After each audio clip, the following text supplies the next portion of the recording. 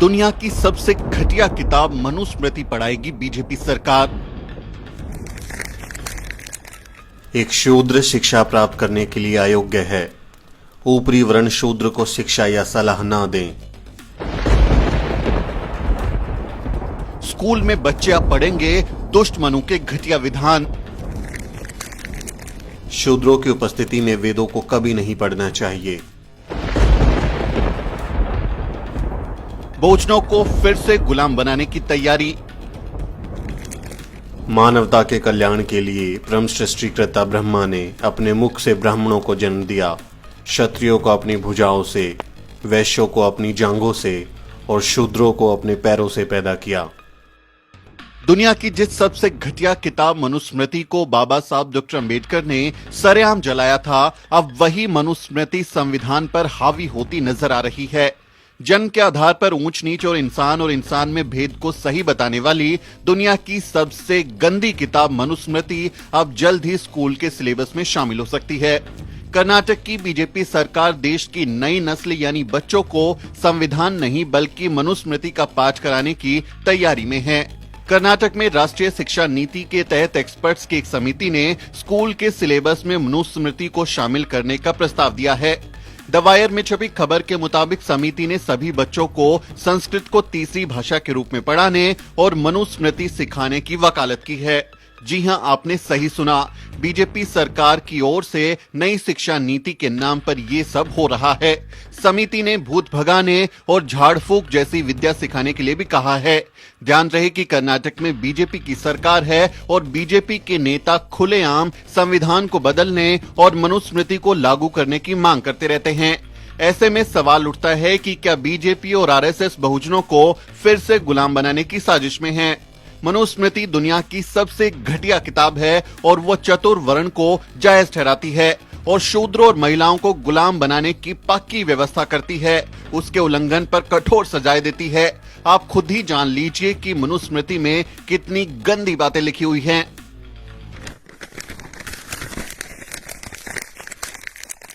मानवता के कल्याण के लिए परम सृष्टिकर्ता ब्रह्मा ने अपने मुख से ब्राह्मणों को जन्म दिया, क्षत्रियों को अपनी भुजाओं से, वैश्यों को अपनी जांघों से और शूद्रों को अपने पैरों से पैदा किया।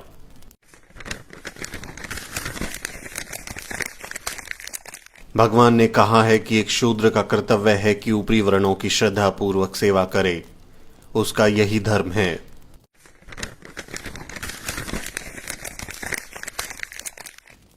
सौ साल के क्षत्रिय को भी एक 10 साल के ब्राह्मण लड़के को अपने पिता के रूप में मानना चाहिए।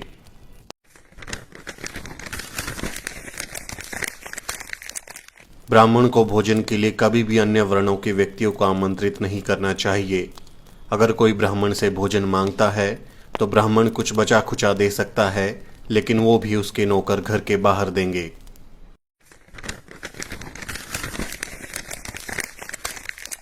वो जो शूद्र विद्यार्थियों को निर्देश देता है और वो जिसका शिक्षक एक शूद्र है, वो श्राद्ध में आमंत्रित होने के लिए अयोग्य हो जाएगा।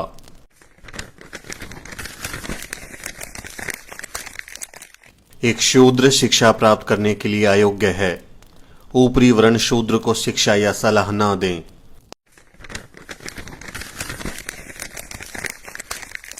यह आवश्यक नहीं कि शूद्र को नियमों और संहिताओं का पता होना चाहिए और इसलिए उन्हें पढ़ाने की आवश्यकता नहीं है। जो इसका उल्लंघन करेगा वो नरक में जाएगा।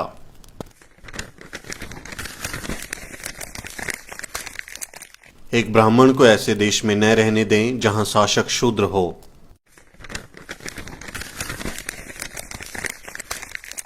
शूद्रों की उपस्थिति में वेदों को कभी नहीं पढ़ना चाहिए।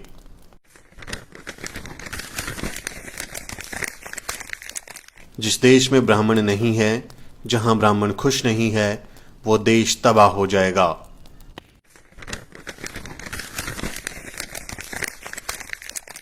सिर्फ एक ब्राह्मण सभ्य होता है, वो न्यायाधीश के रूप में कार्य करे, लेकिन शूद्र कभी ऐसा नहीं कर सकता।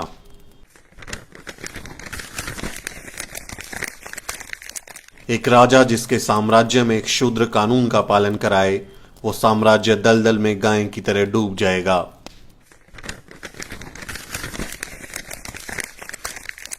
अगर कोई ब्राह्मण को गुलाम बनाने की कोशिश करता है तो उस पर 600 पण का जुर्माना लगाना चाहिए।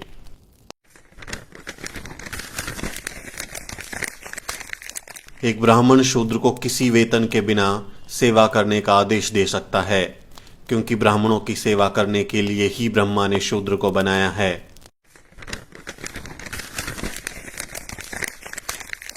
भले ही एक ब्राह्मण शूद्र को गुलामी से मुक्त कर दे, लेकिन शूद्र फिर भी गुलाम बना रहता है। किसी को भी उसे मुक्त करने का अधिकार नहीं है।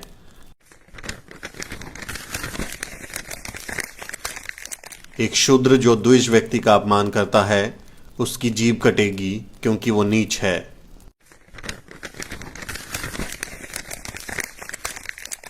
अगर शूद्र द्विज नामों और जातियों का उल्लेख करता है तो एक 10 उंगली लंबी लोहे की कील गर्म करके उसके मुंह में डाल दी जाए।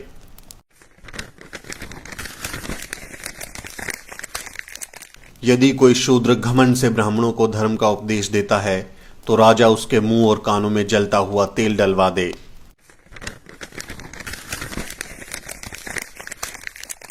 एक शूद्र जो ऊंची जाति के महिला के साथ संभोग करता है तो उसे मौत के घाट उतार दिया जाना चाहिए और उसकी संपत्ति को जब्त कर लिया जाना चाहिए।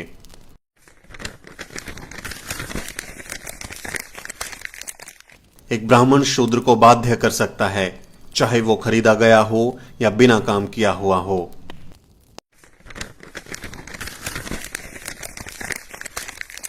किसी भी शूद्र के पास खुद की संपत्ति नहीं होनी चाहिए।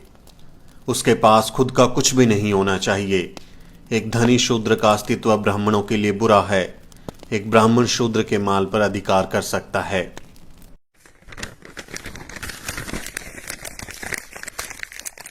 एक ब्राह्मण बिना किसी हिचकिचाहट के शूद्र की संपत्ति जब्त कर सकता है।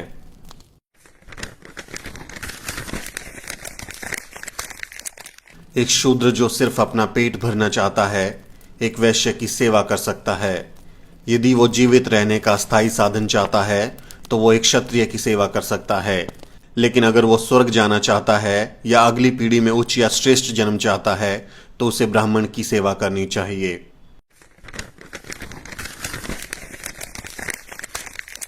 एक शूद्र का सबसे पवित्र कर्तव्य ब्राह्मणों की सेवा करना है। हमेशा ब्राह्मण शब्दों का अत्यंत भक्ति के साथ पाठ करना चाहिए। ऐसे शूद्र को मोक्ष मिलेगा, अन्यथा वो बहुत बुरी मौत मर जाएगा और सबसे बुरे नरक में जाएगा।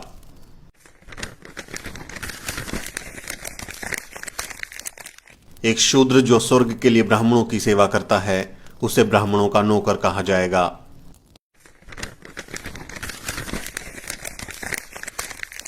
शूद्रों का सबसे बड़ा काम सिर्फ ब्राह्मणों की सेवा करना है। इसके अलावा वो जो भी कुछ करेगा उसे उसका कोई फल नहीं मिलेगा।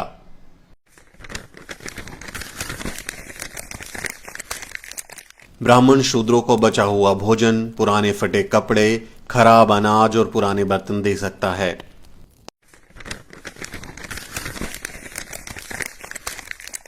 शूद्र जरा सा भी धन संग्रह नहीं कर सकता, भले ही उसके पास इसे बनाने की शक्ति हो, क्योंकि एक अमीर आदमी गर्व करता है जिससे ब्राह्मणों को दर्द होता है।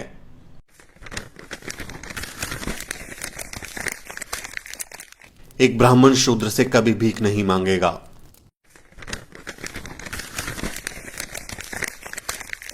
शूद्र किसी अन्य वर्ण में शादी नहीं कर सकता।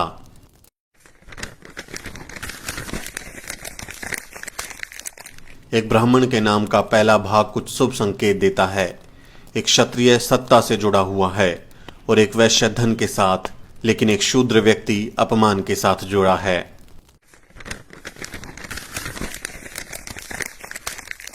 एक ब्राह्मण के नाम का दूसरा भाग क्षत्रिय का एक शब्द सुख देने वाला शब्द होता है, जो वैश्य की रक्षा करने वाला और शूद्र की अभिव्यक्ति निरूपण सेवा का शब्द व्यक्त करने वाला होता है।